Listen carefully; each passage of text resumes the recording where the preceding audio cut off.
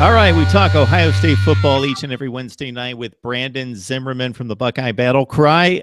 We also make these available to you, the entire version at MarkRogersTV on YouTube, and you can even check us out live. So we are streaming live right now, 7:30, roughly 7:30 Eastern time each and every Wednesday. Brandon, how you doing tonight? I'm good, Mark. How about yourself? I'm doing just fine. So we are just a couple of weeks away from media days, and then of course right after that, since the Big Ten's pretty much the last major conference to partake of media days, I believe it's the 24th and 25th of July in Chicago, and then turn it right around and get ready for camp. That it's coming fast. It doesn't seem like it. It seems like it's been forever since we've seen any college football, but it's coming fast. So Brandon and I want to get you set for the positional breakdowns at Ohio State entering 2017. So we're going to talk one of the more controversial positions from 2016 and heading into 2017. So Brandon, as I did my homework and started looking at some of the players that we saw a little bit of last season, I wrote down like 11 or 12 guys and looking at the guys that came in February as well. So the top four offensive producers at wide receiver are gone from 2016, and 5 of the top 6. And when I say top producers, that's just by sheer numbers. We're not talking about 75 catch guys. Take a look at the wide receiver core and who you think may really need to be depended on this fall. Well, yes, the wide receiver spot's definitely, I think, the most maligned positional group for the Buckeyes. Group known as Zone 6 really hasn't produced much 6 lately.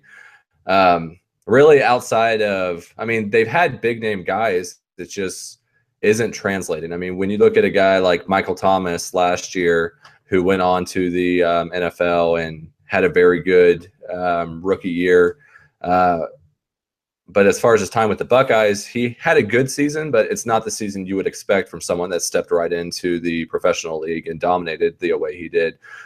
This year, it was supposed to be Noah Brown to kind of step into that role, or last year, and it just never really happened outside of the Oklahoma game, which we've talked about. And so this is definitely the group. I think out of all the positional groups, the wide receiver is the one that needs to make the biggest leap this year. Not even the defensive backs who lost 3/4 of their starters. I have more confidence in them producing from the get-go than I do the wide receivers, and most of these guys have been around for a little bit of time. So really big year for it. Wide receiver group has no seniors, with James Clark transferring out. He went to Virginia Tech. It was announced earlier this week. So it's going to be led by 3 juniors. The big one there is Paris Campbell. Paris Campbell was starter for most of the year last year. The year before that, he started a few games. Started as a freshman first game, if you remember that. And then the Virginia Tech game where the Buckeyes lost that year, Paris Campbell actually started, had that big drop wide open for a touchdown. So he kind of showed flashes. Last year, he showed flashes again out at wide receiver. I just don't know if outside was where Paris Campbell needs to be. So this year they moved him into that H-back slot wide receiver role where Curtis Samuel played last year. I think that's going to be a really good move for him. I think Paris Campbell will easily have his best year there, not only because the Buckeyes kind of focus their offense around that H-back slot guy, but I think this is more suited for Paris Campbell to kind of use his speed off of cuts and kind of work his way around the middle, playing off the linebackers and the safeties. So Paris Campbell is one of those juniors going to have a big year. The other 2 juniors are 2 guys that are kind of talking about possibly starting this year. Both have played sparingly over the past couple years. You've got Johnny Dixon, who's been injured most of his first couple years with the Buckeyes. During the spring game this year, he really was healthy for the first time. Johnny Dixon was a big-time guy that the Buckeyes brought in back a few years ago. And appears to be finally healthy. Had 6 catches, 102 yards, and 2 touchdowns during that spring game. So he showed kind of what everyone's been waiting for from him. If he can maintain his ability to be healthy this year, I think Johnny Dixon is going to play a huge role for the Buckeyes. But we have to see if he stays healthy, much like we thought with Marshawn Lattimore last year, where there's that big asterisk kind of there where they have to stay healthy. The other junior is Terry Maclaurin, who also played a lot last year, hasn't played a lot the past 2 years, really. Didn't really start too much, but really hasn't produced too much. So he really needs to make that giant leap this year during fall camp. Otherwise, he's going to get passed up by some of these sophomores and freshmen that are coming in, because the Buckeyes have been recruiting the wide receiver position very well, despite their lack of production from the wide receivers. So it's going to be a huge year for Maclaurin. If he doesn't come out firing there in fall camp, I would not be shocked if he's passed by 1, 2, or 3 guys there. Down with the sophomores, you've got KJ Hill, who I'm a huge fan of. KJ Hill, I believe, was actually 2nd on the team in receptions last year. And I believe that was only with like 18 catches or something. So that kind of shows where the Buckeye wide receiver core was last year. KJ Hill was another guy that was kind of injured early on in the season. Spent some time working his way back. Down the stretch, he really caught hot. His problem is last year was backing up Curtis Samuel in that slot spot. This year he's backing up Paris Campbell. I'd really like to see KJ Hill move to the outside and see how he would do. I really think KJ Hill is one of their top 3 wide receivers. But just so far, they haven't really felt comfortable moving him out of that H-back spot yet. So regardless if he's H-back or on the outside, I think KJ Hill is going to have a pretty good year this year, even if it's just spelling Paris Campbell there at the H-back spot. With him as a sophomore, you've got 2 big-name guys from last year who showed flashes at time. You've got Austin Mack and Ben Victor. Neither one of them made an impact throughout the entire season, but they both showed kind of flashes here and there. Austin Mack last year in spring game, I want to say he had like 10 or 12 catches as a true freshman. Kind of got lost in the shuffle as the season went on. Ben Victor was someone that really didn't show too much early on. I think the Buckeyes were more worried about getting his weight up and stuff, because he came in, 6'4", I think he was like 170 or something. So has the speed, has the length, just wasn't able to do what the Buckeyes need wide receivers to do when they are on the field, and that's block. From the past couple of years that he puts a emphasis on wide receiver blocking. So when you're 6'4", 170, you're not going to really provide too much blocking. This year he's put on some weight. I believe he's up to 195 now. He's another guy that a lot of Buckeye people think that Ben Victor is going to be that guy that is able to be that number 1 type of wide receiver. He showed the big play ability at times last year in his limited spots down the stretch. 2 big catches against Clemson. He had a big catch against Michigan. So he's kind of looking – they're kind of looking at him to be that deep threat that Devin Smith always was, that they really haven't found since then. So that seems to be the question every year, is who's going to be the deep threat for the Buckeyes, and no one really knows. So those are the 3 sophomores. Then you got 4 freshmen coming in this year. You've got the big name guy is Trayvon Grimes. He's the 5-star. A lot of people expect him to come in and produce right away. 6'4", 202. Thing with him is he's coming off a pretty significant injury. From all reports that I've read, he is fully healthy now. He is on campus. So he's one of those guys I'm really interested to see how he does this fall, if he's able to adjust to the college game quick. If he does, he could easily jump into the starting role or into the 2 deep. Another freshman that's really impressed so far was a early enrollee, and that's Brandon White. Another big guy, 6'2", 210. He came to the Buckeyes as a athlete. No one really knew where he was going to wind up. Spring camp, they moved him out to wide receiver, and he really impressed there. Urban Meyer had a lot of good things to say about him. So he's another guy that, even though he's a true freshman, could work his way up into that mix to play. The Buckeyes love to rotate people through, so he could easily play his way into it. And then the last two freshmen, you got a 4-star from Cleveland, Jaylen Harris, another big guy, 6'5", 205, a little more raw than Trayvon Grimes, but he was a highly touted guy who could play himself into the rotation too. And then the last guy is more of a prospect or a project. He was out of Texas, Elijah Gardner, 3-star, 6'4", 200, wasn't highly recruited. The Buckeyes got him towards the end of the recruiting cycle.